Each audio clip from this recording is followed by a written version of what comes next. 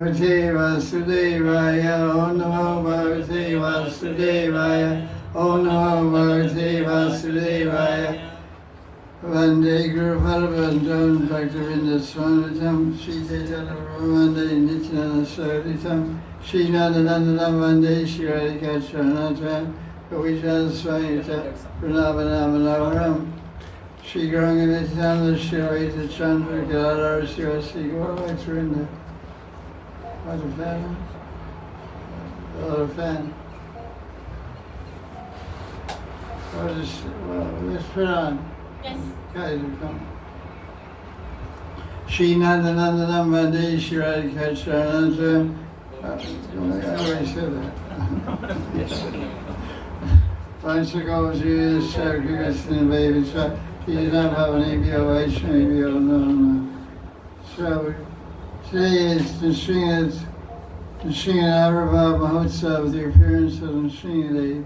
So instead of having Sunday satsang, we're going to read from the 7th canto of Bhagavatam. If we have time, we'll discuss some Gaura Lila and relationship to Nrsimhadev. Last year we also read from the 7th canto because there's an extensive description of Hiranyakashipu, and main characters in this Lila are Hiranyakashipu and his son Prahlad. So basically it's a story of Dharma, not Dharma, a religion and irreligion, of devas and demons and devatas.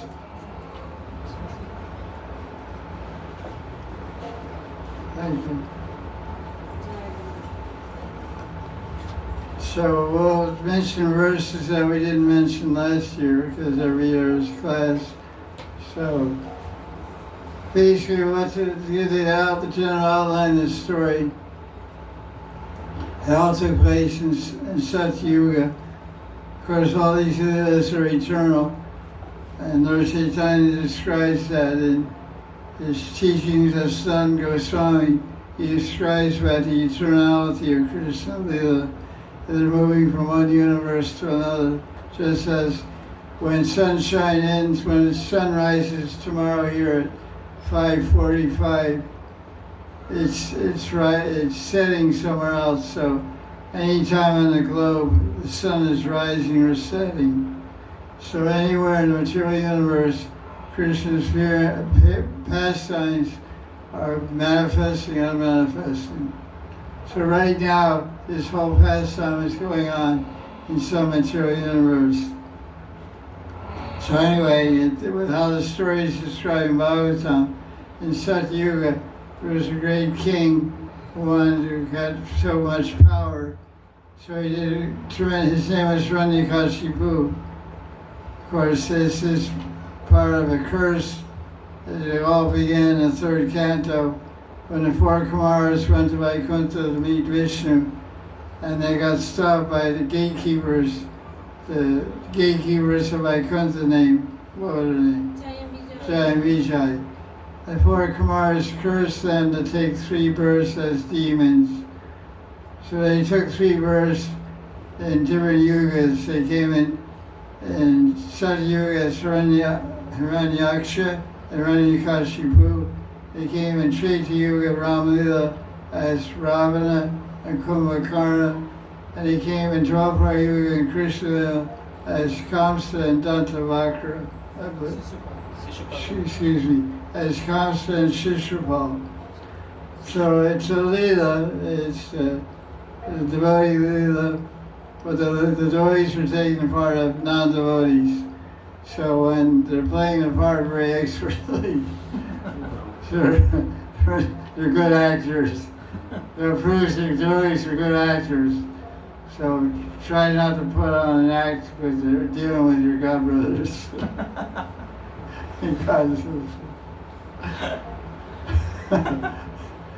So Hiranyakashipu, his Ishadevata was Brahma. He worshipped Brahma to get some power. And Brahma, of course, when it's described his austerities, he stood on his tiptoes, raised his hands to the sky, and stayed like that for thousands of years. ants build a house around his body, ate up his body. He maintained his prana, his energy and his atma living in his bones. His bones live a long time. They're made, in the right atmosphere, bones can exist for a long time. Sometimes archaeologists are just discovering bones that, according to them, by carbon testing, they test the bones and say they're 3 million years old, 5 million years old. So well, we have a phrase in America, old bones. So, like somebody says, how you doing? He said, this old bag of bones is still carrying on. We say like that. Old bag of bones. So, Brahma appeared to him and said, what do you want? And he said, I want to become invincible. And Brahma said, I can't do that.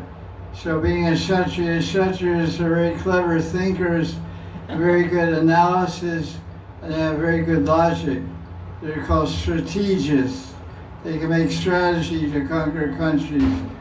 So he wanted to conquer death, so he made an elaborate strategy. And so he proposed his sankalpa to Brahma. I don't want to die by an animal or by a weapon. I don't want to die by a devata or a human being, any divine being or a human being. I don't want to die in the house, out of the house. I don't want to die at any time, at any particular time in the day, morning, noon, or night. And anyways, he's trying to cover all his bases, that's what he said. Do his homework, did his AI research, you know. He has paper well written. So Brahma said, okay, yeah. He kept saying yes to everything. He said, okay. But Brahma, he's Shrikala again. He knew that no one can escape death. Krishna says in Gita, what does he say about that? For one of us been born, death is certain. Yeah, nice. Thank you. The other verse is also there. I come as death and take away everything. Mrityu sarva harascham. Mrityu sarva hara, it's all over. Hara. I'm taking away everything. I am death. So, Brahma blessed him and he got really excited and went around and conquered everybody because no one could figure out how to get through his kavacha that Brahma gave him. So he conquered the whole universe and took over the king of the universe, Indra. So Hiranyakashipu said, take a walk, man. So Indra went and hid out somewhere. And Hiranyakashipu sat on Indra's throne and enjoyed. And while he was doing all this austerities, the story is very elaborate, it goes on for many chapters. So that's basically Hiranyakashipu's story. But before he got all these blessings, he was doing austerities. And the Devatas seized his wife. The Devatas were going to kill his wife. Her name was what? Kayadu. Yeah, Kayadu. Kayadu was his wife, and she was carrying a baby in her womb. So they said we should kill the wife because the little inside her womb is Chotaranyakashipu. So we don't want another one of these guys. So you want to bump off the mom and the babe. 2 for 1. So Narada appeared on the scene. He's always there at the right moment, either to make a scene or change a scene. And he said, listen, killing Hiranyakashipu's wife is irreligious, not dharmic, and she's innocent. She shouldn't be killed. Moreover, she's pregnant. And not only that, the kid inside, the baby inside her womb is a great devotee, Vaishnava. He's also a deva. So I'll take her to my ashram, and I'll protect her and just get lost. So all the Devatas gave up their idea to kill the baby in the womb and also Kayadu. So now keep the Hiranyakashipu window, close that window, and open up the Prahlad Maharaj window. So Prahlad Maharaj, he's in the womb for 9 months. And Narada Muni's not, he's busy doing his thing, because he's Bhakti Pradata. He's a distributor of Bhakti. He's called the Bhakti Avatar. So he has a new Bhakta and a new Bhakta program, 2. One unhatched and one already grown up. So one's in the oven and one's already cooked. So he starts preaching Bhakti Tattva to Kayadu, and Prahlad Maharaj is all ears. He's listening to everything. And it's going to come in useful, because whatever he heard, because today's student is tomorrow's teacher. So he was a student in the womb for 9 months, and he learned all about Bhakti from his guru Narada Muni. When he came out of the womb, he went to Asura Kul, not Gurukul. Well, Gurukul, Asura Gurukul. The Gurukul of Shukracharya, I think Shukracharya, and the teachers were Shanda and Marka. And when the recess, so Prahlad Maharaj heard all this good stuff about Bhakti, heard all about Vishnu and all the avatars, how Krishna protects his devotees, and nourishes Bhakti like anything. So finally Prahlad was born, he grew up, and his father sent him to school to learn diplomacy and how to be a future king and ruler of the world. For Prahlad, he was in school. This is all told in all these stories are told in Bhagavatam. It goes on for chapters and chapters. When Prahlad was in school, they had recess, playtime. But Prahlad wasn't playing around. He was a very young child. And so when it was playtime, he said, listen, boys, let's do kirtan. So he did kirtan, and then he spoke Bhakti Tattva. They had Bhagavatam class. And the kids liked it a lot. They really liked it. Liked Prahlad, and they liked his talk. So sometimes Hiranyakashipu, he had a lot of affection for Prahlad. So he'd sit him on his lap, and he'd say, what did you learn in school? And he said, I learned that you're a fool.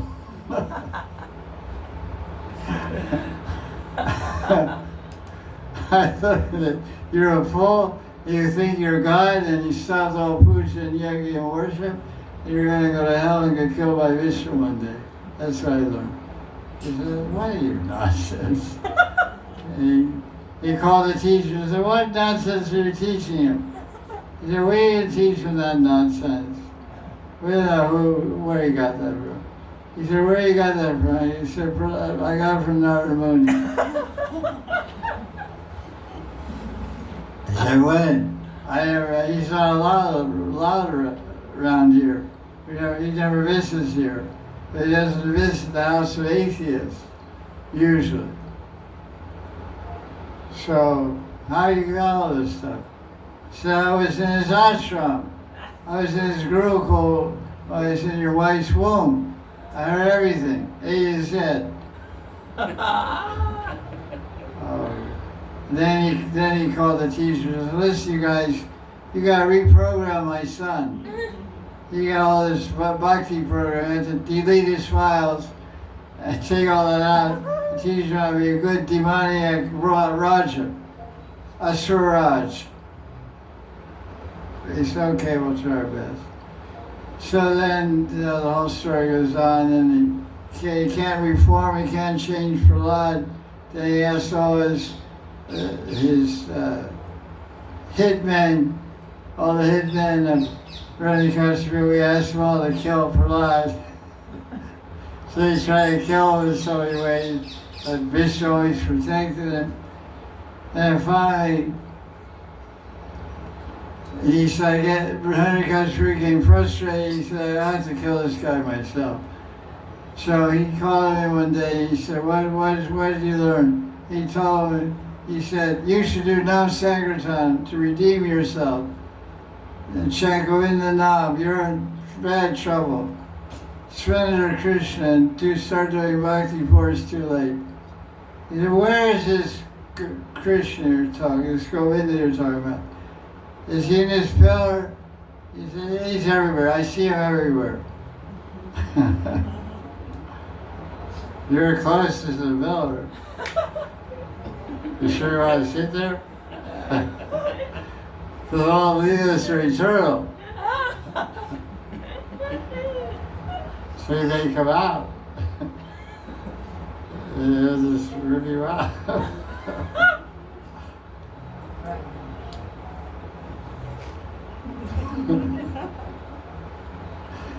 So then he comes to hit that pillar with his fist. And the rest is history. The tree came out and, took out his heart, actually. Because his heart was wrong, it was a bad heart. So that's the basic story. And then Prahlad, so it talks about teaching of Prahlad, what he learned, also what he taught to the kids, what he taught to his father. And Hiranyakashipu also preaches some things to his relatives about how you're not the body. So there's a lot of prachar going on here in these Bhagavatam. Hiranyakashipu knows the Atma Tattva again. He's not stupid. He knows the difference between the body and the soul, but he's still more attached to the body than the soul. There's so many unlimited lessons in this story. The main lesson is that Prahlad Maharaj is the ideal Vaidhi Bhakta. The ideal Vaidhi Bhakta is Prahlad Maharaj. Who's the ideal Raganuga Bhakta in the Bhagavatam? Gopis.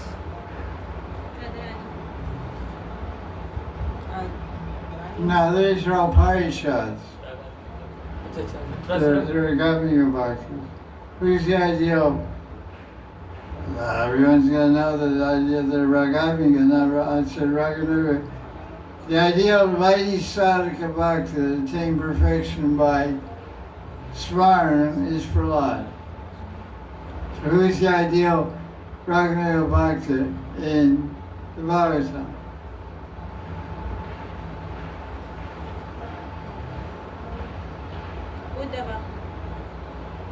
He's a Parishad.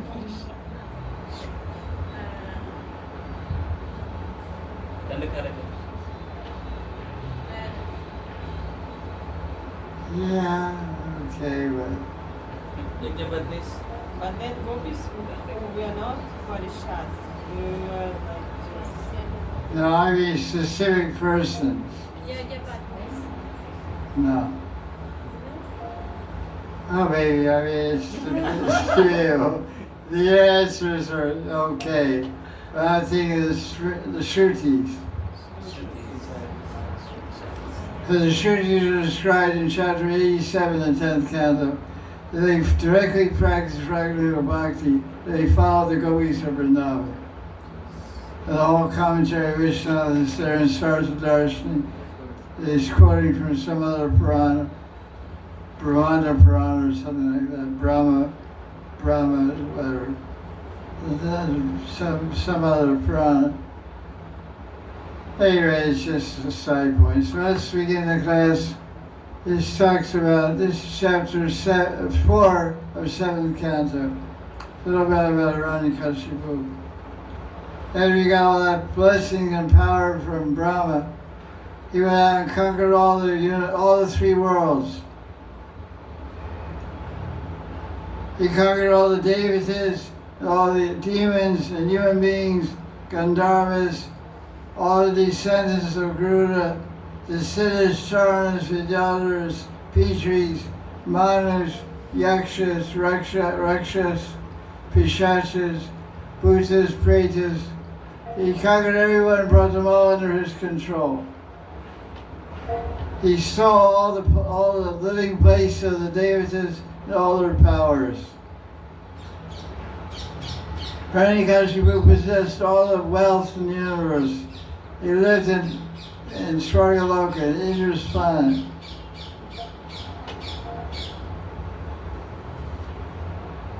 So that's a pretty big deal.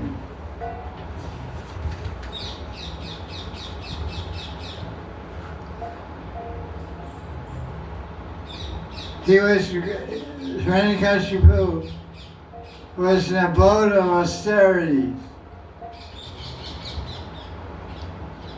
What's the word said?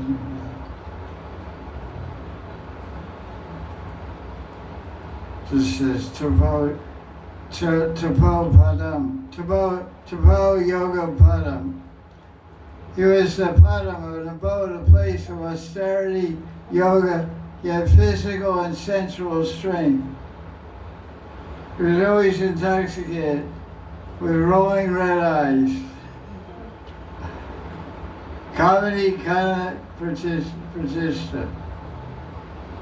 Kamini means women, Kana means gold, his name means gold, Ranya. And Pratishta means pride, worship. He was worshipped with the offerings by all the devotees. Well, what three devotees didn't worship Hiranyakashipu? Brahma, Vishnu, Shiva. Yeah, they didn't worship. He was worshipped by great yajnas, by the devotees, and gifts from everybody. He accepted all the yajna offerings for himself. In other words, what did Hiranyakashipu consider himself? God. I am Parameshwara. So there's a lot of people like that on planet Earth right now. And in Hiranyakashipu's time there was only one fault, only one Pandraka.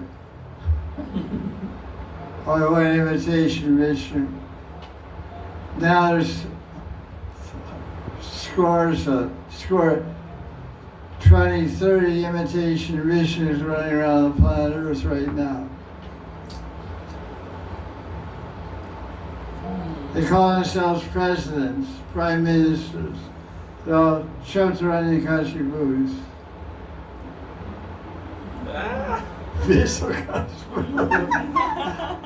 GPS control. Shri Narasimha, Jai Narasimha, Jai Jai Narasimha, Shri Narasimha, Jai Narasimha, Jai Jai Narasimha. So that was how Hiranyakashipu was enjoying. What did everybody else feel about it? Everyone else in the universe was severely distressed. They couldn't find shelter anywhere. So where did they go? Vishnu. Vishnu. So they offered prayers to Vishnu, but they didn't get darshan. Why not? Because you're bhakti to that passion. No, in the Bhagavatam, the answer was given why the Devas didn't get darshan of Vishnu. The answer was given because they didn't have prema. So we see that even Brahma doesn't get darshan. Brahma doesn't have prema? Yes or no?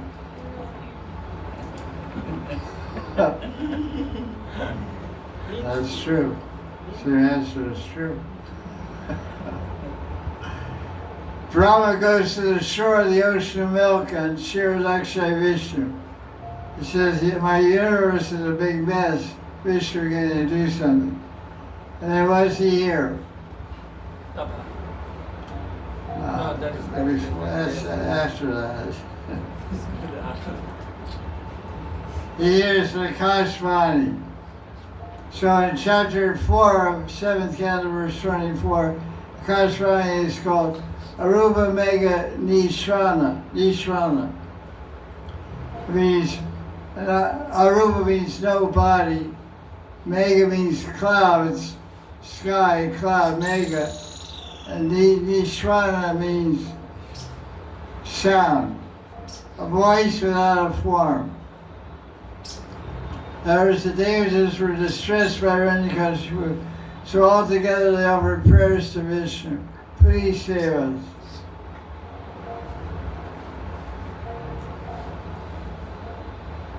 They offered prayers in the direction of Shiradakshay Loka. Wherever that is, I don't know what's right. North is, I guess it's equal to the pole star. The pole star is where Dhruva Maharaj lives. The pole star is also called Shiradakshay Loka. So, wherever the pole star is, they look that way and offer prayers. So, from the clouds, they heard a voice.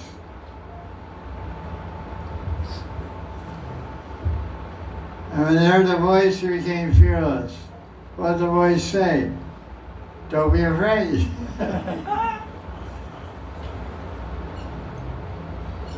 I will stop all the evil actions of this demon Hiranyakashipu. But I'm waiting for it. But so now you guys go wait. I will soon appear. Dun, dun, dun, dun, dun. So now,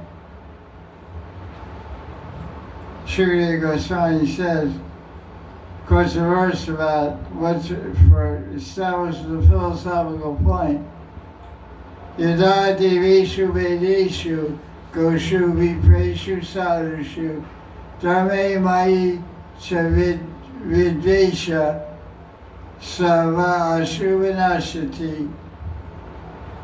Ashu means immediately, vinashati destroyed. When a person shows hatred to Devatas, to the Vedas, to the cows, to Brahmanas, devotees, Dharma, and Bhagavan, such a person will be vanquished very quickly. So that's that's called an injunction. It's called a vidhi, Shastra vidhi, the law of Shastra. So it's interesting, this is how the Bhagavatam is set up. It tells stories as dialogues, as monologues, as scenes and settings, and people speaking, and prayers, but also it's sprinkled with what they call Shastra Vidhi, means rules and laws of Shastra. So we're hearing about the story, Devatas were distressed, they offered prayers to Vishnu. Vishnu replied to them and spoke through the voice in the sky and said, don't be afraid, I'm going to appear very soon and kill Hiranyakashipu. So this is all dialogue. Dialogue and sahitya, story, literature, the storyline. But then in the context of the storyline, the Bhagavatam often pauses and states the law. You read about her sixth canto Bhagavatam, Jamil talks the story of Jamil. So in the course of that, sometimes while telling the story, Vyasa stops and quotes a verse about the power of chanting Hare Krishna. So that becomes the law, becomes a Shastra Vidhi, a law of Shastra.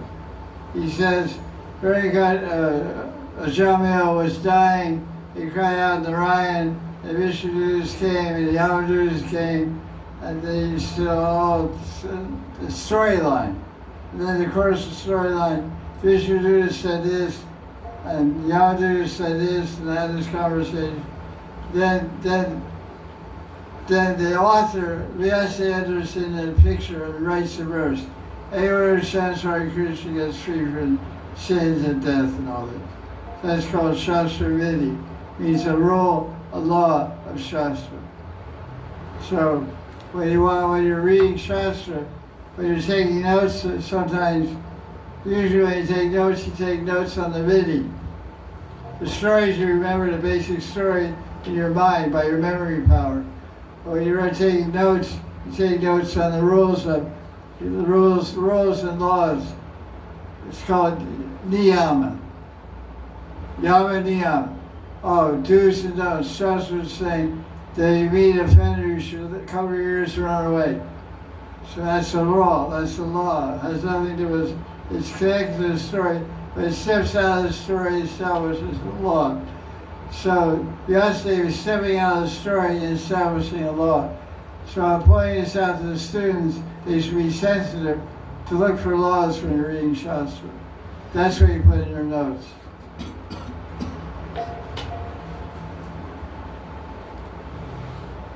These are important things. Because from these laws, there's so much knowledge back in here. They're like sutras. All these called Shastra Vidi, rules of Shastra. They're like concentrated wisdom in a few words.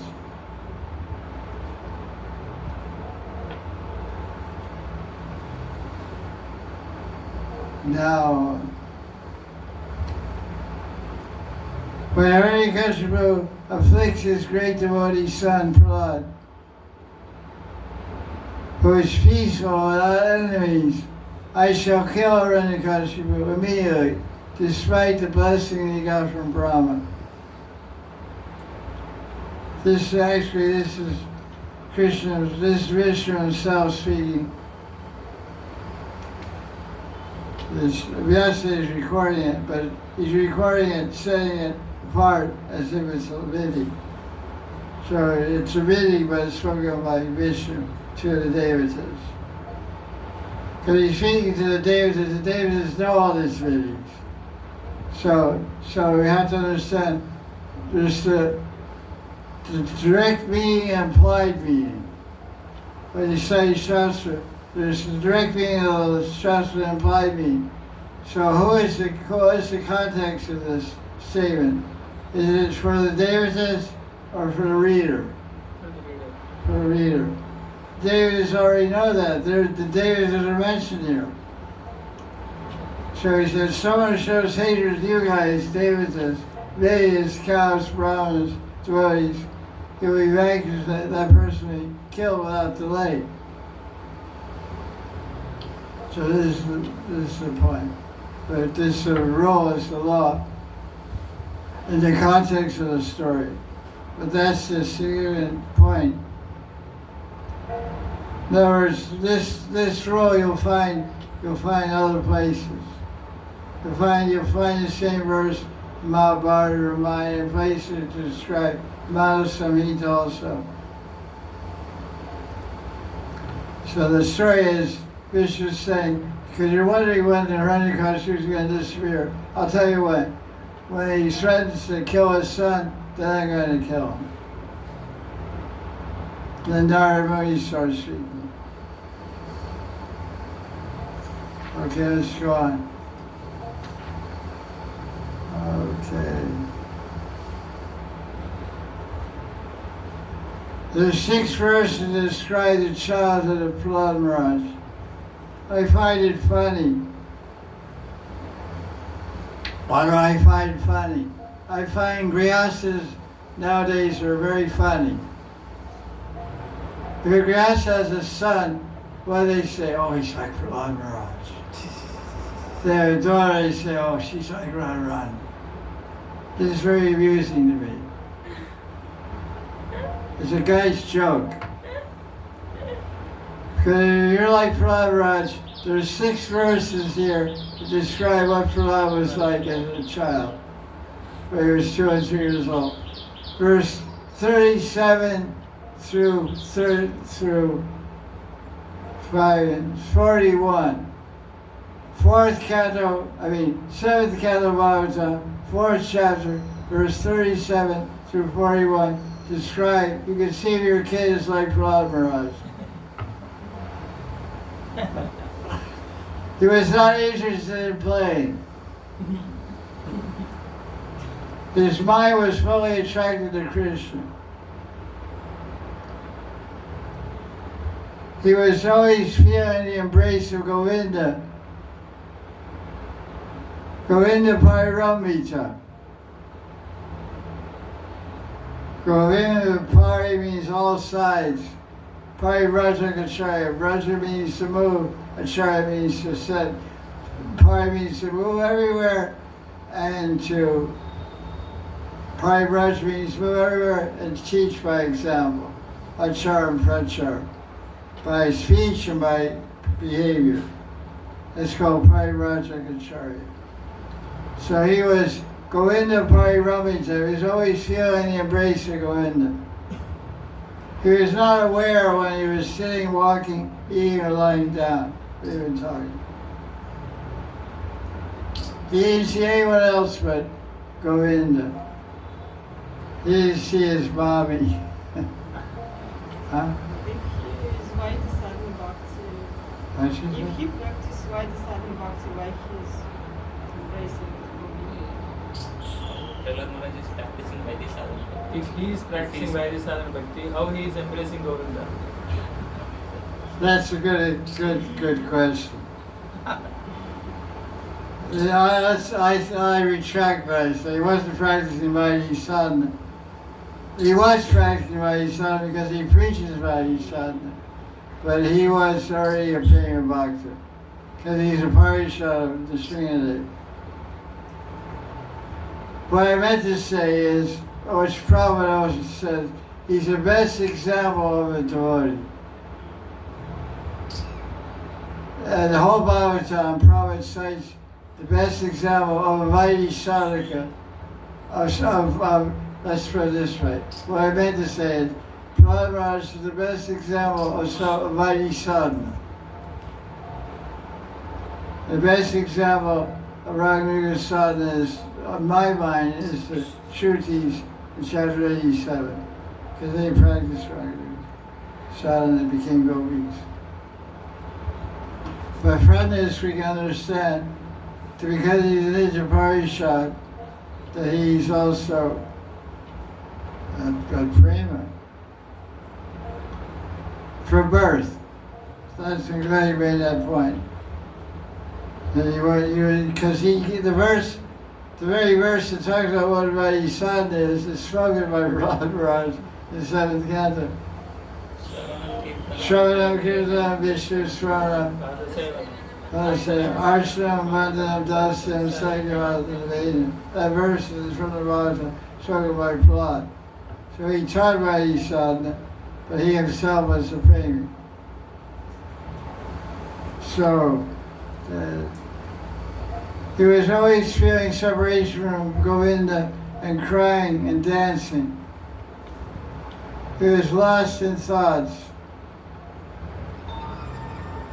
He would imitate the Lord's Krishna's pastime.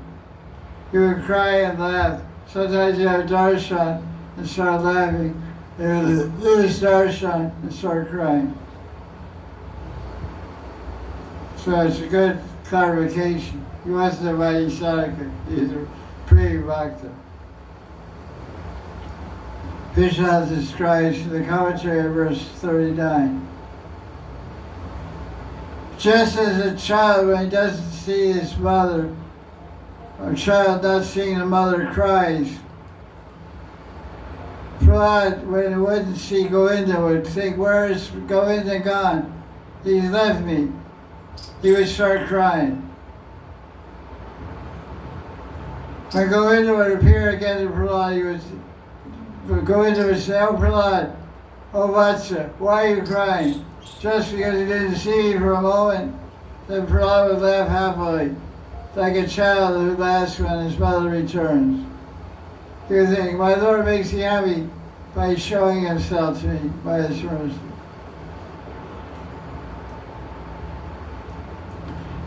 Thinking in this way, he will become joyful.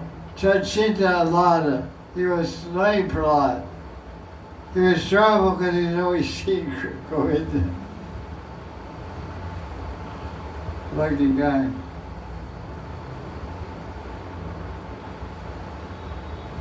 When Prahlad would see Govinda suddenly appear at a great distance, the Lord would cry out, oh Prahlad, oh Vatsa, without seeing you I don't feel happy. You're most dear to me. Hearing this, Prahlad would dance. Then when Govinda would disappear, he would experience Shavachari Baba's unmad, madness, and start imitating the leelas of Rama and Krishna. Prahlad was really up there. That's the interesting question. Was Prahlad a Sringa Bhakta? Vishnu Bhakti. Because he didn't know this form. Yes. Yeah, he wasn't a Sringa Bhakta.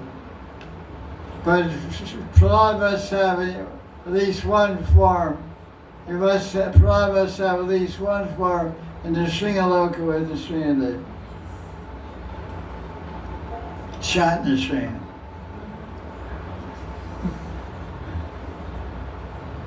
But he must have another form of Krishna and Rama also. Because Chandogya Upanishad, what does Chandogya Upanishad say? Every jiva can have 102. Every liberated soul can have 1,020 different spiritual forms. How many do you want? How egotistic are you? I'm so great. Mirror, mirror on the wall, who's the fairest of them all? I want 900 me.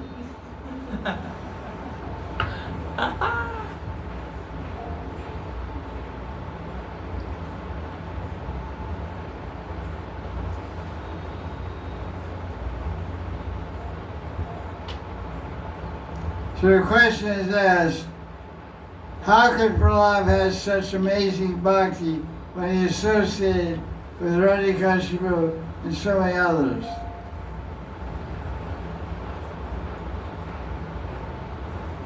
The verse 42 in chapter 4.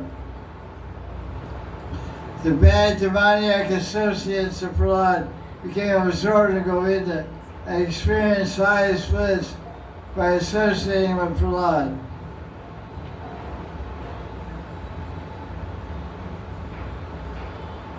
Why was there no danger of Prahlad having bad association? Vishnu says, the minds of those who were bad association became shama. The Lord says in 11th canto, Krishna tells Uddhava in 11th canto, shamo manishtata buddhi, absorbing the intelligence in Bhagavan constitutes shama. Thus Prahlad made all the Asura kids absorb their minds in Govinda. So,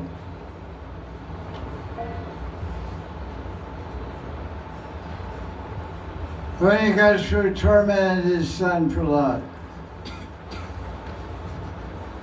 Okay, let's see what else we got.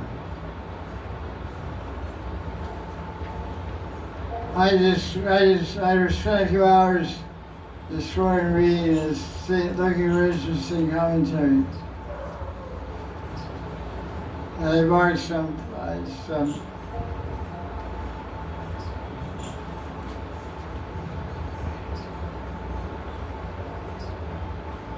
So Hiranyakashipu sat Prahlad down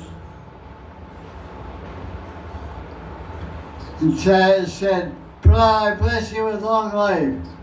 Now tell me what you learned from your teacher. Now this is when the good stuff starts. What's the first answer Prahlad told that he learned from his Asura teachers?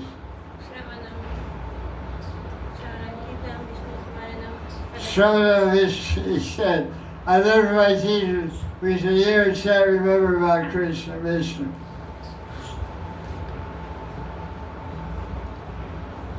Hearing his words, Hiranyakashipu became angry and his lips trembled. What is that trembling of lips? What kind of bhava is this? Sattvic bhava. Due to fear, anger.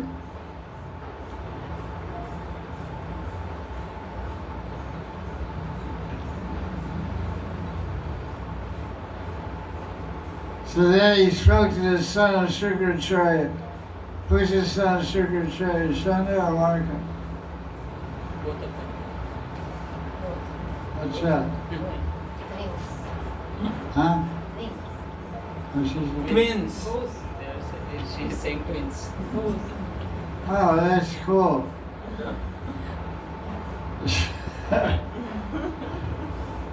Is she joking or true? So I don't know whether was he joking or was he true. That's the trouble with jokers. You don't know when it's joking or when it's true. Anyways, the son and Marka were the sons of Shukracharya. And you guys are stupid. You're fools. He taught this nonsense to my son. And he said, no, we didn't.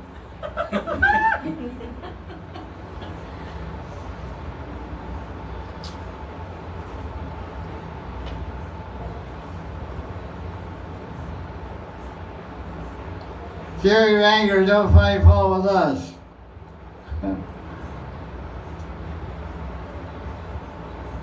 So then Harikashu said, Prahlad, where you got this stuff from? And Prahlad didn't answer either. That's a great way to aggravate someone. Not ignore their question. You're Hare Krishna. You're not the body. You should ask important questions about self-realization. Don't ask my identity.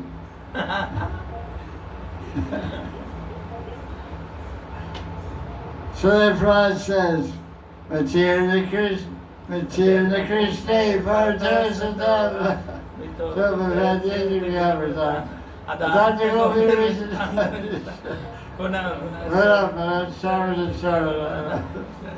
Yeah, you're just chewing it, man.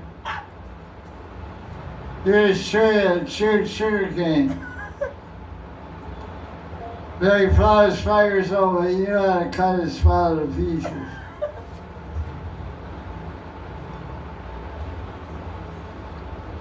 Then he said, Vishnu paraphrases what Prahlad next said to his father. He said, first his father said, oh, you fool, you're criticizing me, your father, whose feet are worshipped by Indra. This is your foolish boy. You do not think that what they have taught you is correct. Prahlad replies, these guys don't know anything about Vishnu, who is one's only treasure. They only know about Artha, going to heavenly planets. They have evil hearts. They think sense enjoyment, which is useless, they think it's valuable. They don't know what's really valuable.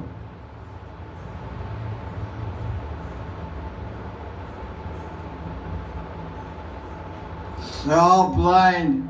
Anyone who follows them will end up in a ditch.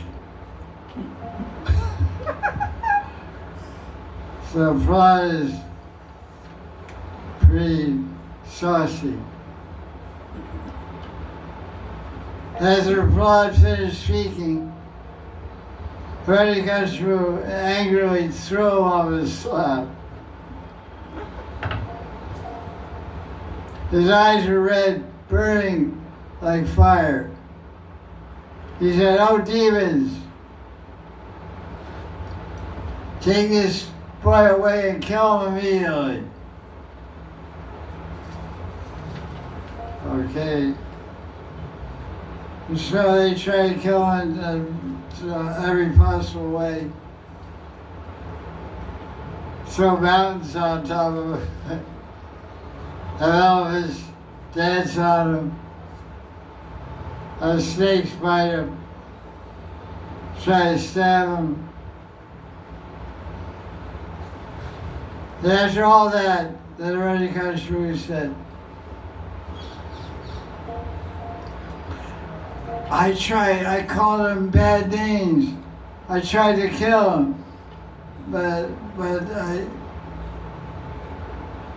he has unlimited power. He's fearless and deathless. Perhaps if I keep trying to kill him, I'll bring about my own death. So he's understanding. When he comes through his understanding, if I keep trying to kill my son, I may get killed myself.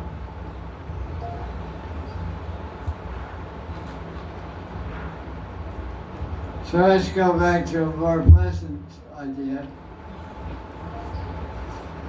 Flies at school, when the teachers went home for lunch, the students stayed at school. No. Prahlad would call his friends home to go play. But he knew that the boys accepted him as their teacher. So he started to speak to him in a sweet voice. Prahlad was thinking, these boys have fallen into the net of Krishna's mercy. So they accepted Prahlad as their teacher. They were eating up all the bhakti tava he was giving them. What's the first thing he said? Listen, boys, we're little kids. First thing he said is what? Kamarachret pragya, dharman bhavatavya, Durlabham manusham dharma, tadapi adruvam artadam. yatrat tadapyadruvan artanam. Listen, boys. Listen, kids.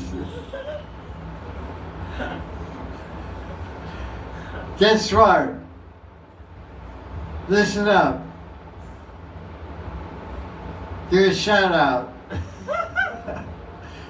Give a shout out to Bhakti Yoga. Right from your childhood, right now. Get with it. Your life is very rare, but you can attain something valuable by doing bhakti. So he said, dear demons, all the stress comes from trying to enjoy your senses. Control your senses. He talks about bad association. He gives all kinds of shiksha, Prahlad shiksha. Chapter 6 is called Prahlad shiksha, teaching of Prahlad. Then he says, listen, it's very easy to please Vishnu, Achyuta, because he's situated in your heart. You can please him by any easy method.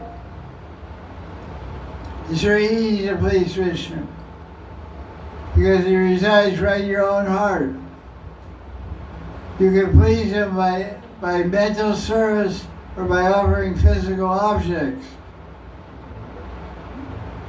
Vishnu is even pleased by a decision. Is pleased by a decision, I will please Vishnu.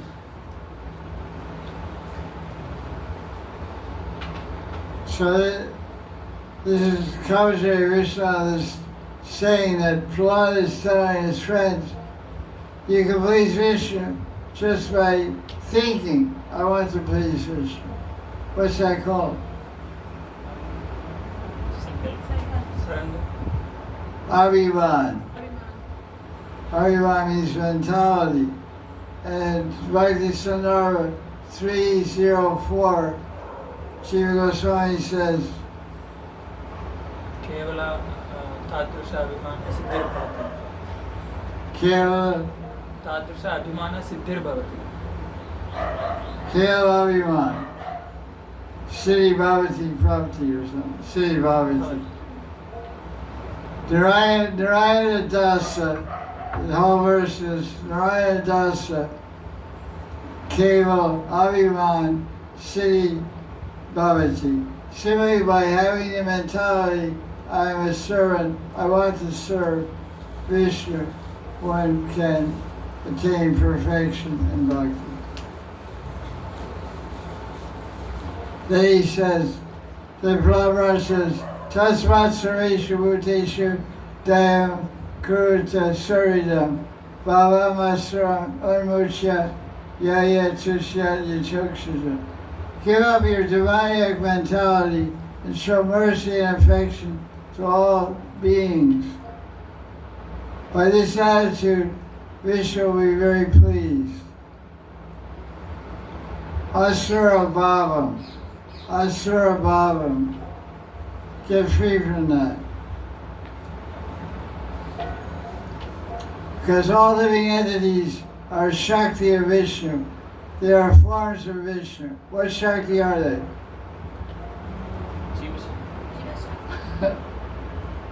She didn't date her. She and all forms of Tatastha Shakti, Jiva Shakti.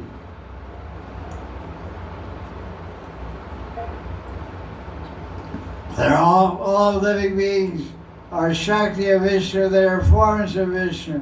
And my Lord is also exists in his truth with all these beings. Therefore I should show affection to them. That's a nice idea. So chapter 7 is about Prahlad teaching Bhakti. So he already started in chapter 6. So it's kind of interesting the way the Bhagavata on 7. It's not chronological. In chapter 6, he's born, Prahlad's in school, he's teaching. Chapter 7 shows off he's not born.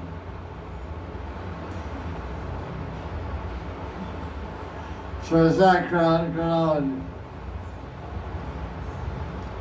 So I already told you all about that. Narasimha taught Bhakti Yoga to his mother, and Prahlad learned it. So it's later on in the chapter, he grows up.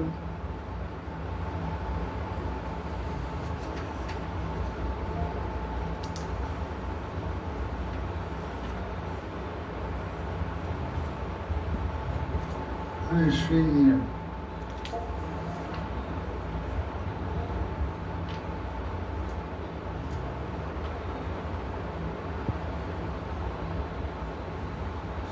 This is all Narasimha's teaching.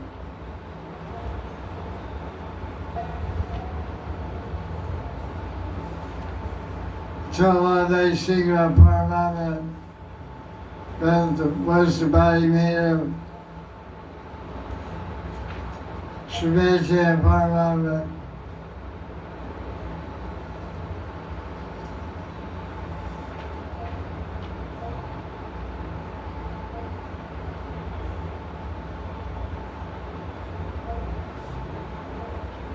Of course, Bhakti begins with Guru. So he talks about Guru, a very important verse. Dharma is taught Prahlad learned this verse in the womb, which was spoken by Narasimha. Chapter 7, 7th canto, verse 30, 31.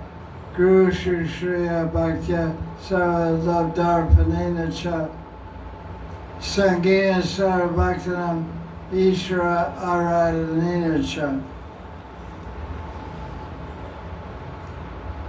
One performs Bhakti Yoga by serving Guru, offering Guru all that one possesses, by sadhusanga, and by worshiping Krishna, by having faith in Harikatha, by chanting Krishna's Nam, Rupa, and Guna, and meditating on Krishna's lotus feet, and by seeing a Murti and making offerings to a Murti.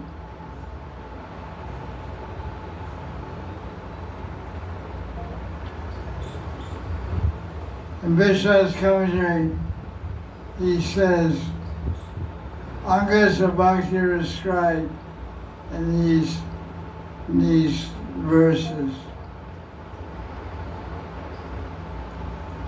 Bhava will arise by serving the Guru, such as bathing the Guru, massaging the Guru, offering the Guru devotion, all articles one attains. without desire for gaining recognition.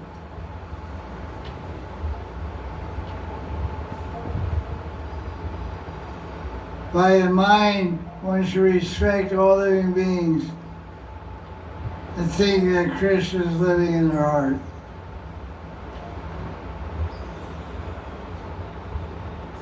If one performs bhakti like this without lust, anger, greed, illusion, pride, or hatred, one will develop, will obtain bhava for Vishnu, Krishna.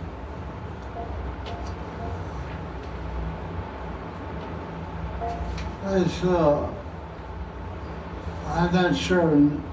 This is what I guess Prahlad is teaching this. Because it doesn't say.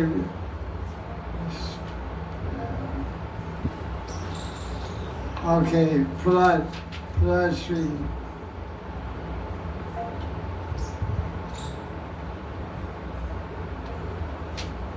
Sarda Sri Narad speaks. The Indra says, Indra, in other words, Kayadu, Harikasura's wife, is stopped by Indra and the Devatas. So Indra's having a conversation with Indra and Dharamuni are conversing. The Narad says, great child.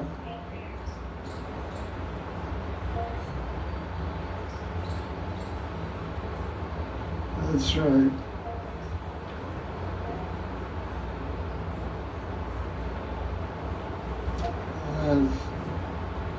That's right. Because chapter 7, 7th canto, verse 10 says Narada Vacha. Verse 11 is Prahlad speaking.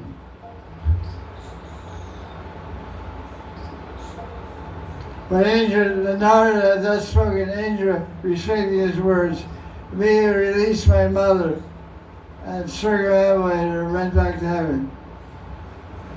The sage Narada brought my mother to his hermitage. So now it doesn't say it, so that's why I got confused. So that's why I say, always ask these questions. Who's speaking? Who, what, when, where, why, how? So sometimes you have to back up and find out who's speaking. It starts off Narada speaking and Indra speaking. It doesn't say Prahlad, it just has another context.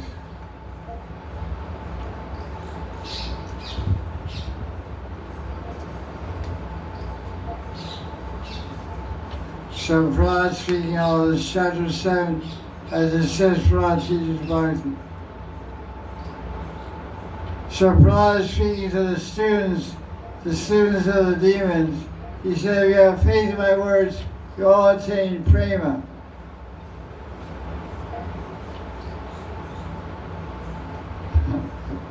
That's pretty good.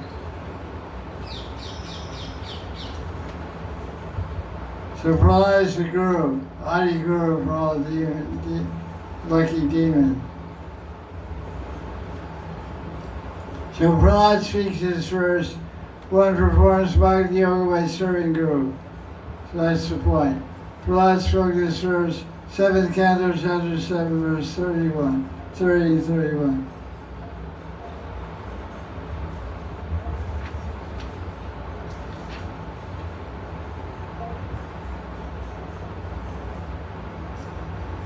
There's no problem. It's very easy to worship Krishna. It is in your heart.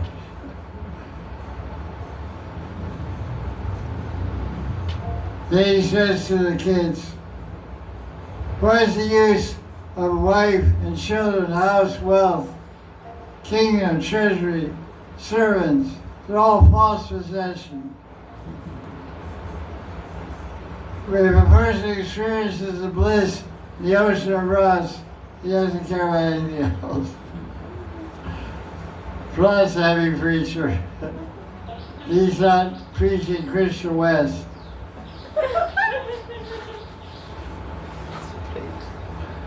He's really, he just gives it speaking straight.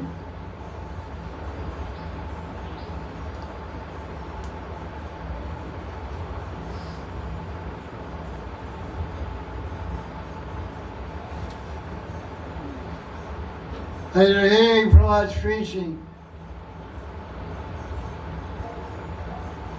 all the children gave up what they learned from the divine teachers. That's chapter 8.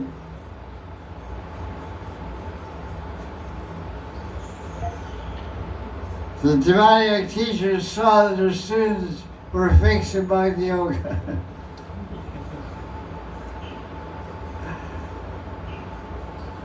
Then they reported to Radhikashipu, "Yeah, you fool! Well, I'm angry, the three worlds tremble. By whose strength have you fearlessly violated my order?" This is Radhikashipu is speaking to Prahlad.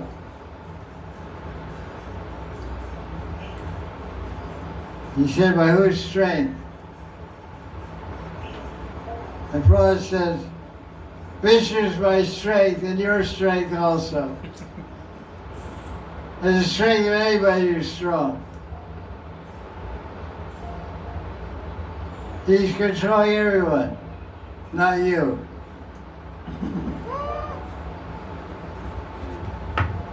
Those are fighting words. The Prahlad says, verse 9, chapter 8. "Give up your divine nature. Make your mind equal to all beings. You have no enemies except your own mind, which is uncontrolled. Worship Krishna." Why did Radhikashipu say that? "Oh, fool! You're boasting. You're clearly showing that you desire to die. Dying persons always speak crazy."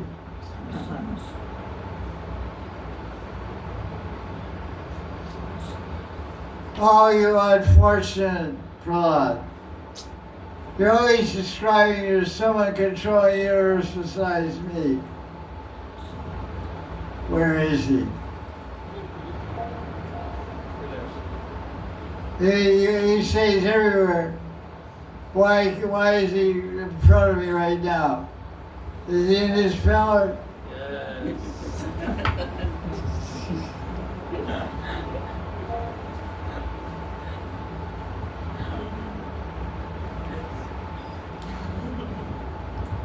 When Radhikashipu asked Vishnu's commentary, Radhikashipu said, "Is he in the pellet?" Prahlad said, "I see him. He's there." You're nice too.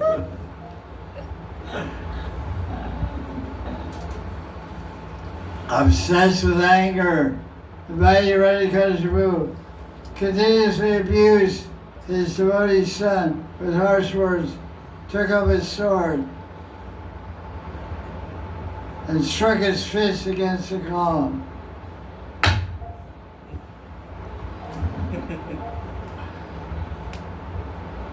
At that time, a fearful sound came out of the pillar. It sounded like the whole universe was getting blown up.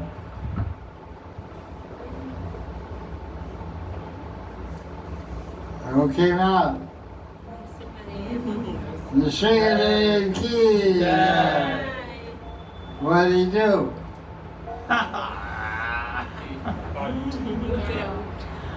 Roared like a lion. He roared like a lion and ripped up Radhikashipu. So that's the basic story.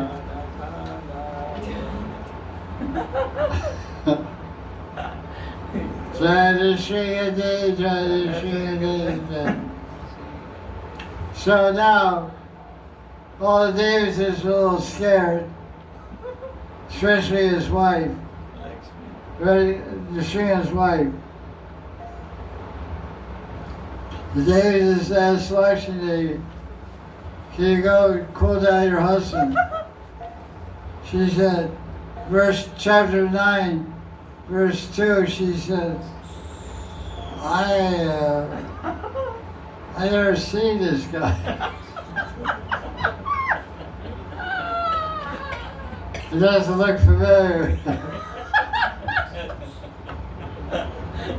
I'm bored from Verona Day, for the ocean. My father is not like looking like that. I don't know who he is. I'm afraid of this guy. Though, Vishnu says, though Lakshmi had seen Narasimha in a previous kalpa, although Narasimha is always present in Vaikuntha, her impression so my question is, Lakshmi Devi lives in Vaikuntha. It's called the Shringa Loka. Vaikuntha planet is called the Shringa Loka. The Shringa is there with Lakshmi and the Shringa. So why did she recognize the Shringa? Shock. Leela. He was not angry. Was just not safe. Her impression of not having seen or heard about this form was produced by Leela Shakti, so that everyone could taste Adbhuta Ras, the mood of astonishment. There's a mood called Adbhuta Ras. It's called a Gona Ras.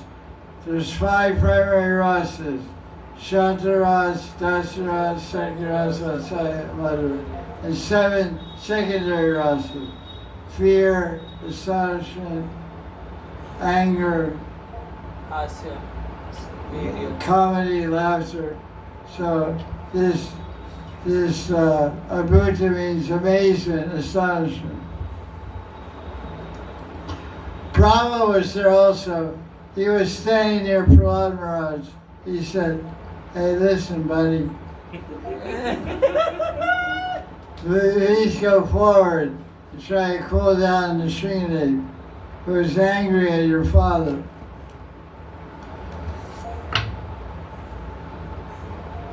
So Prahlad, he went over prayers, so his voice was faltering because of praying. Praying Gadgadai Vamsha. His speech was trembling because of prema. So there's more proof that Prahlad was a praying bhakta. So he offers so many prayers to glorify the Shrina, and the Shrina offers some boons and benedictions. So what does he say about all those blessings and boons and benedictions? Just so we can find that out.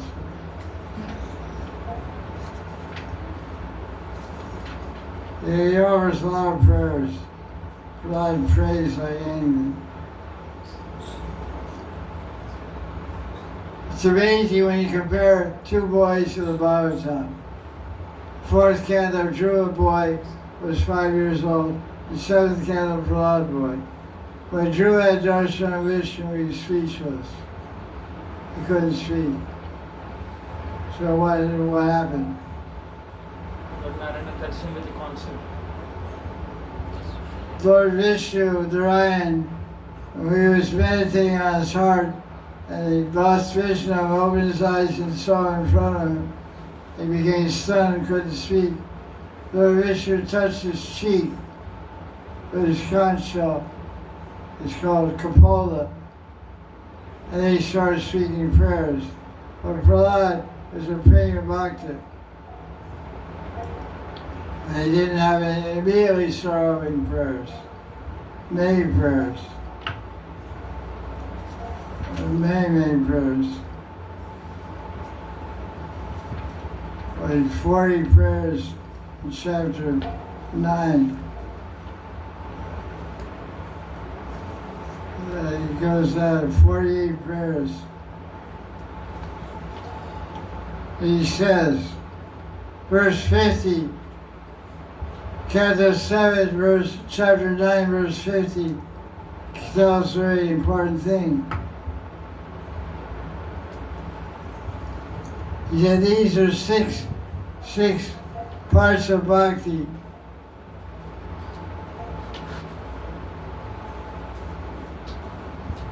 Interesting. He said, the 6 parts of bhakti are offering respects, praising Vishnu, worshipping Murti of Vishnu, doing menial humble service, remembering Vishnu's lotus feet, and hearing Harikatha. Any person can attain prema by practicing these 6 types of bhakti to you. Vishnu's commentary. This prayer number 50 summarizes the 35 or 40 prayers that Prahlad spoke. One should strive to perform sadhana to attain prema for Vishnu. So now the Srinath is very pleased with Prahlad's prayers. He starts blessing him, may he live a long life. Then he asks him, chapter 10, there's so many chapters about Prahlad. He says, I want to give you blessings and benedictions.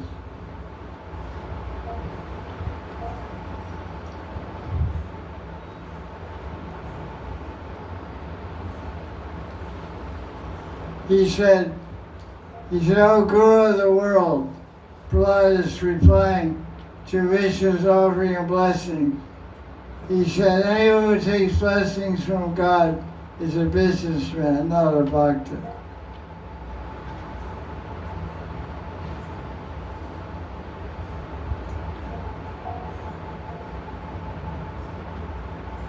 I am your servant. I don't want any benefits. You're my master. This is chapter 10, verse 6. Our relationship should not be anything else. Just like a king and a servant. Commentary by Vishnu. Our real relationship, this philosophy, our real relationship is master and servant. Our relationship should not be anything else.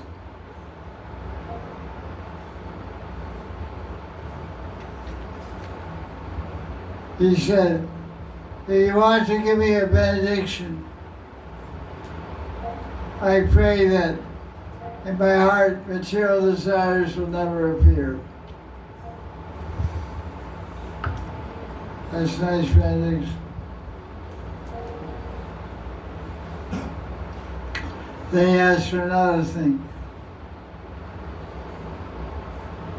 Then he just preaches, when desire appears in the heart, then the function of one's senses, mind, life, body, dharma, determination, intelligence, shyness, wealth, strength, memory, and truthfulness are destroyed. That's a lot. Desire destroys a lot of things. Then he says, O Vishnu, O Bhagavan, when a human being gives up desire,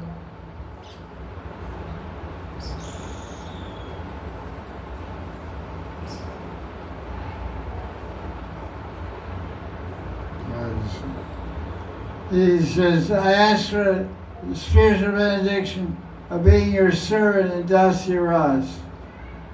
Sri Swami says, that's nothing. So what Ras is Prahlad? Dasya Ras.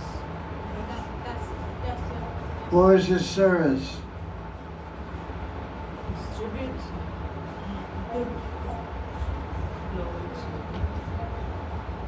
Nine devotees attain perfection in different ways. Remembering is Smarana. Swaranga Bhajan. Prahlad Maharaj who attained perfection by hearing? Pariksha. Who attained perfection by chanting? Who attained perfection by remembering? Who attained perfection by serving the lotus feet? Who attained perfection by offering prayers? Who attained perfection by puja? Pritu. Who attained perfection by becoming his servant? Hanuman Das Babaji. Humble servant, who attained perfection by friendship, who attained perfection by having evaded them. Babaji Maharaj. Babaji Maharaj. This is described in Bhakti Rasa Descendant by Rupa Goswami. So Prahlad Maharaj did the service. He was in Dasiras, which means being a servant. His servant was remembering, Smarana. So we're doing Raganuga Bhakti, so we should pray to Prahlad Maharaj for Smarana City, perfection of city, because he attained perfection of prema by Smarana. So there's a new angle. So somebody might ask the question, what does Prahlad Maharaj have to do with Raganuga Bhakti? He was doing his Maranama. So how you answer? He attained perfection by Smarana, so we can pray to him. He attained perfection by Smarana. So our bhajan is called Swar Anga Bhajan.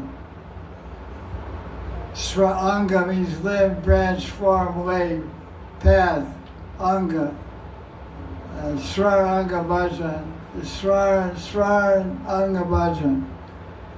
So we pray, oh Bhakta Prahlad, I want a benediction. Please bless me in Swarna city.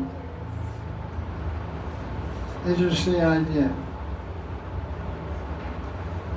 That's verse number 9 of the 10th chapter of 7th canto. So Prahlad goes on.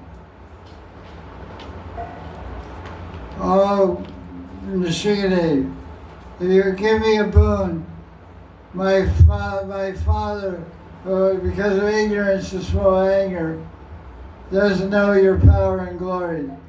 Please purify my father of all his sins by your glance. My father's heart was content. What was the contamination of the heart of Prahlad's father? Right. Envy towards Krishna. What did you say? Envy towards Krishna. Krishna. That was a symptom of his mentality. He was envious and proud. The demon, not every demon is that. What's the main thing? It was in relation to Prahlad. He ate devotees. Oh, Prashad. Anger. Anger. You have to be angry, he made up for all that. It's okay. But Vishnu says that Prahlad was praying, Nishikade, my father's heart is contaminated with anger. Even though he's already purified by having your darshan, out of humility, I want to hear from your mouth some words of mercy. So when Prahlad prayed like this, and Srinath replied, O sinless Prahlad,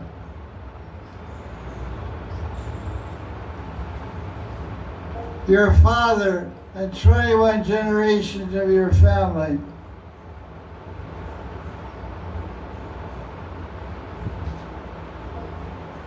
have been purified. Because you're a devotee. Because you were born in this family, the entire dynasty is purified. So this is Canto 7, Chapter 10, verse 18, describes 21 generations. Because different Puranas, different Shastras say 100 generations and 10 generations. At least we can cite the 7th canto. If you become a pure devotee of Krishna, praying Bhakti, then 21 generations from your mother's side and your father's side. But that's what Vishnu makes a comment. Devotee purifies the father's and mother's side of the family. 21 generations. Because I've read many articles and heard many different Puranas say different things. 10 generations, 11, 100. But there's concrete evidence here. There's 21. Shri Saptami, Sadri Pita Puta Pichibi.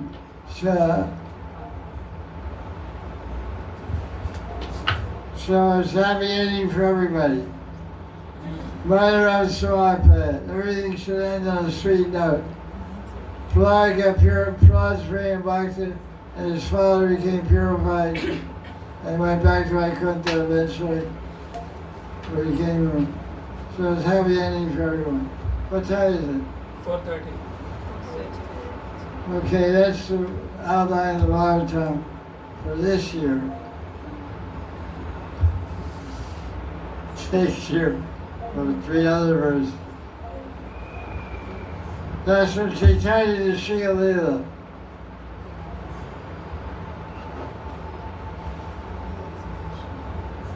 Every day for 18 years, Chaitanya Mahaprabhu lived in Jagannath Puri and took darshan of Jagannath and Nrsimhadev.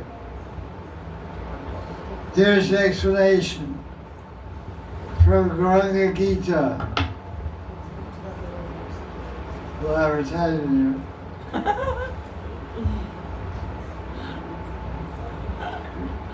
This is a collection of all Lord Chaitanya's teachings from Chaitanya Bhagavat, Chaitanya Charitamrita, Chaitanya Mangal, and Chaitanya Chandamrita, everything, everywhere.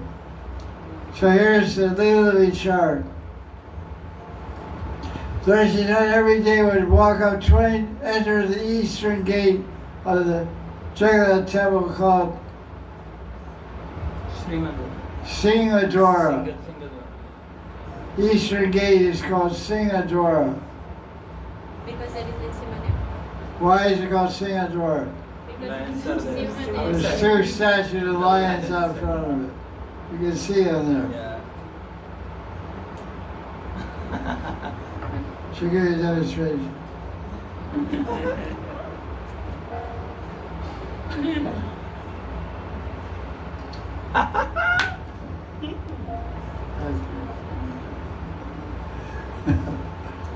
No. You're not a good actress. All those Chaitanya's followers were good actors. He did a play, he became Rukmini. Chaitanya Bhagavat, you can read about it.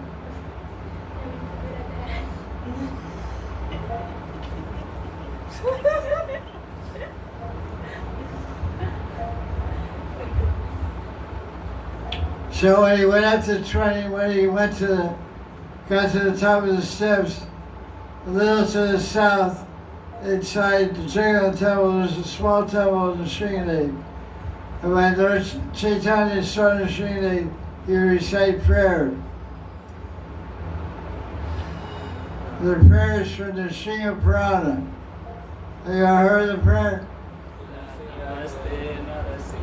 Namaste Narasimhaya Praladadadayane Hiranyakashipu Rakshma Shiyatankana Kalaye Ito Nrsimha Bharata Nrsimha Yata Nrsimha Raya Nrsimha Raya Nrsimha Nrsimha Radim Sharanam. That's not from the Nrsimha Purana. Where is that from? Gita Govinda Mangala Sutra. Yes. Yes. Gauranga said, over my bases in the Nrsimhadev, give her a pleasure of blood. With your nails you cut the chest of the Nrsimha. With your nails cut the chest of Hiranyakashipu like a chisel cutting stone. The Nrsimha is here and there. Everywhere I go I see the Nrsimha. He's outside and inside my heart. I take shelter of Nrsimhadev. Now, there's a very strange place in South India called Vishakhapatnam. If you ever meet anyone from there, you can understand it must be a strange place. There's a deity there, Jiyada Nrsimha. Jiyada. This is from Chaitanya Charitamrita.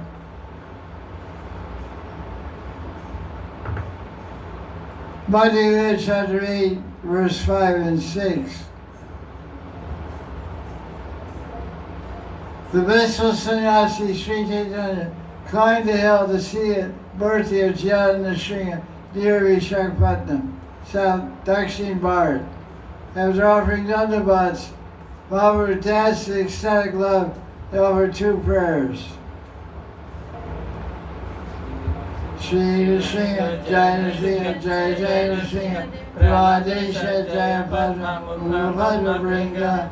Please repeat after me. Shri Narasimha, Sri Narasimha, Jai Narasimha, Jai Narasimha, Jai Jai Narasimha, Jai Jai Narasimha, Pradesha, Praladesha, Jai Padma Mukha, Jai Padma Mukha, Mukha Padma Brahma. Listen, Jai.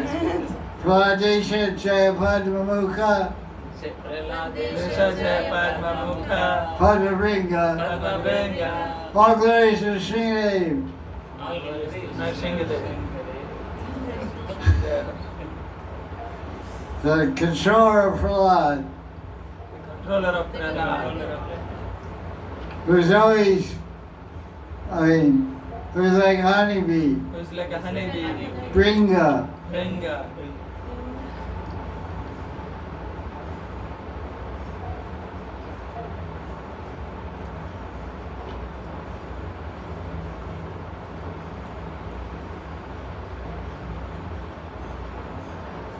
Looking at the lotus feet, lotus face of Lakshmi. That's weird.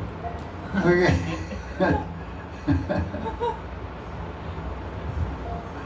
The second prayer. Oh grow, Api Anugra Evayam. Sabhaktanam Nikeshri, Keshavira Sapotanam, Ayeshamoga Vikrama. Although very ferocious, a lioness is kind to her babies. Although to non-devotees, like Hiranyakashipu, Vishnu is ferocious in Srinadev, but to devotees, like Prahlad is like a kitten to the Shia. Is very soft.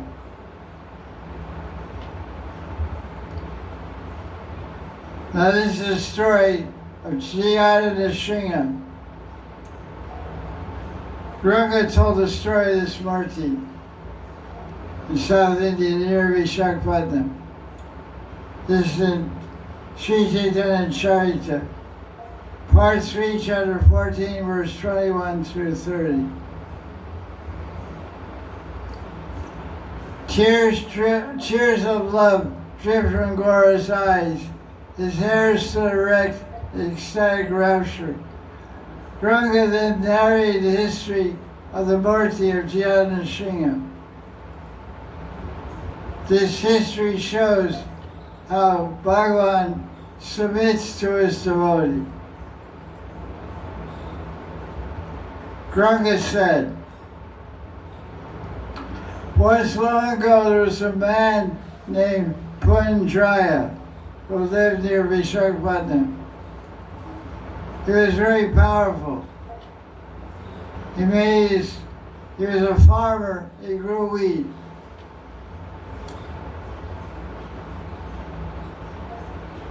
One time a boar, Krishna appeared as form of a boar, appeared to Punjaya and plowed his field.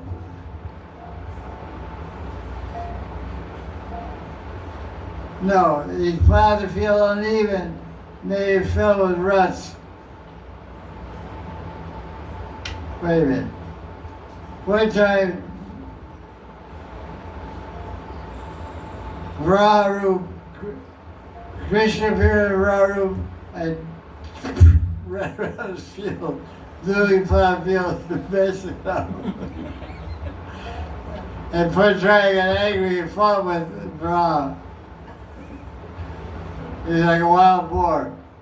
You run around like a dog runs around your garden. You plant a garden, dog runs, you're supposed to sound like, So we're trying to start fighting with it.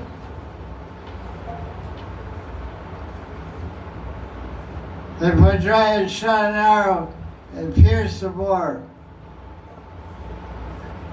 When the boar was started saying the name Ram Ram, they put dry. The farmer understood that wild boar was Vishnu avatar. They started fasting, doing penance to get forgiven for shooting the boar. Then the boar spoke to him. Karaga's telling me this story. The Lord in the form of boar, wild pig. You have to sprinkle milk on your field. This way you'll be able to have my darshan. The king of this region must also come to see me. This is my command. Simply by sprinkling milk on the field, Vishnu gave his darshan to save a person, and sometimes to deny them. After some time, a wealthy person who was very devoted came there without darshan of the Lord. By receiving darshan of Ra, that man became very happy. Then he entered the temple of Narasimha. When he saw, he became very happy. The Lord said to that godly person, choose whatever boon you want. So the man says, my name is Tiara. Kindly take my name. So what happened? This guy came after darshan of the raw deed that Punjaya the farmer wrestled with. So Ra temple was made of that deed. And near that Ra temple was a Sringa deed. And some king came and had darshan of Ra deed. They went that darshan of Sringa deed. And the deed of the Sringa is the Sringa pastime, right? It's the Sringa Chaturthi, right? So the Sringa asked the pious person, what blessing do you want? Oh, you're going to take my name. The Sringa. So he said, my name is Tiara. Tiara.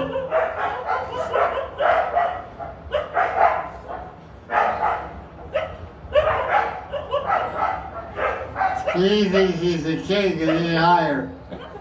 The house is outside. The other guys are on the ground. He's not big, not black. I'm tall as a Minnesota building over here. My house sounds bigger than yours. Very funny.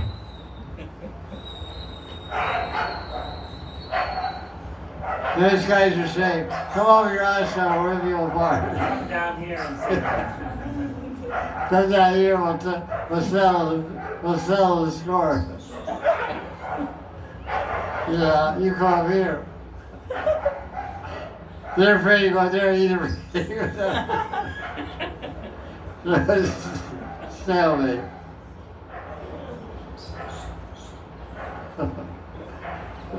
Every day.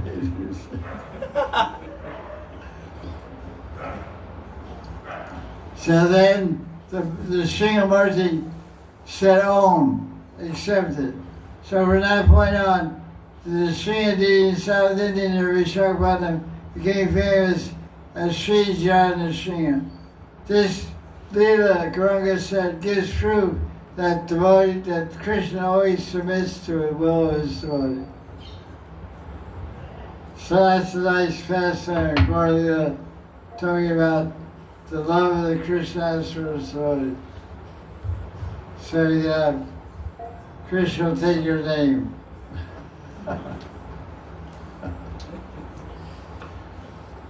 So this is, it's amazing. We learned a lot of new things today. We learned that Prahlad Maharaj is an eternal associate of Vishnu, and he's a prema bhakta. Even from his youth, he was in prema, having all sisters actually in prema. So he was Nitya Siddha. He is Nitya Siddha, Prahlad Maharaj. But he showed the example of attaining perfection by remembering the Lord. By Smaran. Shraddha Kirtan Smaran. And he preached all about Bhakti Yoga, about Vaidhi Sadhana Bhakti. So he's a great preacher of Bhakti, a great example of devotion. Completely humble, completely surrendered and attached to the Lord. But fearless, always took shelter, wasn't afraid of anything at any time. He showed the quality of fearlessness. That is an appropriate leela to hear on this day. Because the world situation, we're living in India and Pakistan are at war, not at war, yesterday at war, today not at war, tomorrow at war. We don't know how it's going to go. So Prahlad was at war also. Harikashipu had a war against Prahlad. He tried bombing him, he tried killing him. War means kill your enemy. So Harikashipu was at war with his son Prahlad. Why? Because he was a Vishnu Bhakta, Vaishnava. He wanted to worship another controller besides Harikashipu. So Pakistan and India are at war with each other because they have different ideas for who the supreme controller is. India thinks they're a supreme controller, Pakistan thinks they're a supreme controller. So they think Kashmir belongs to Pakistan, India thinks Kashmir belongs to India, Kashmir belongs to Krishna. But they can't understand that. So there's a lot of difficulty going on in the world. Well, we should be fearless like Prahlad. Another side point about the story of Prahlad and Gaura Leela, Chaitanya Bhagavat recounts that during the 18 years Lord Gauranga lived in Puri, Gadadhar Pandit described the pastime of Prahlad Maharaj and the Srinath 100 times. 100 times Lord Chaitanya heard the Leela of Prahlad Maharaj and the Srinath. So how many times a year that is? Over 5. Over 5 times, more than 5 times a year. Mahaprabhu was hearing the 7th canto story of Prahlad Maharaj. We hear it once a year. I just feel like, oh, it's so boring.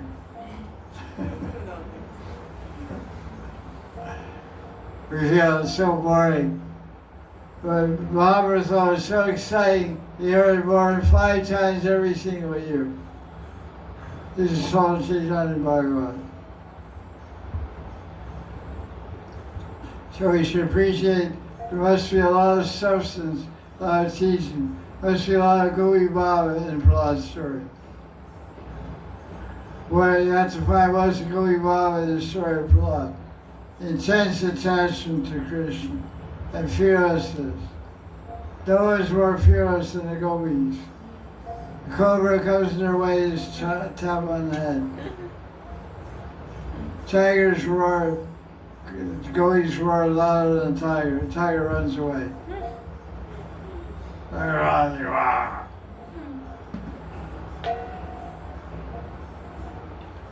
So that's it for the class today. Thank you for your attention.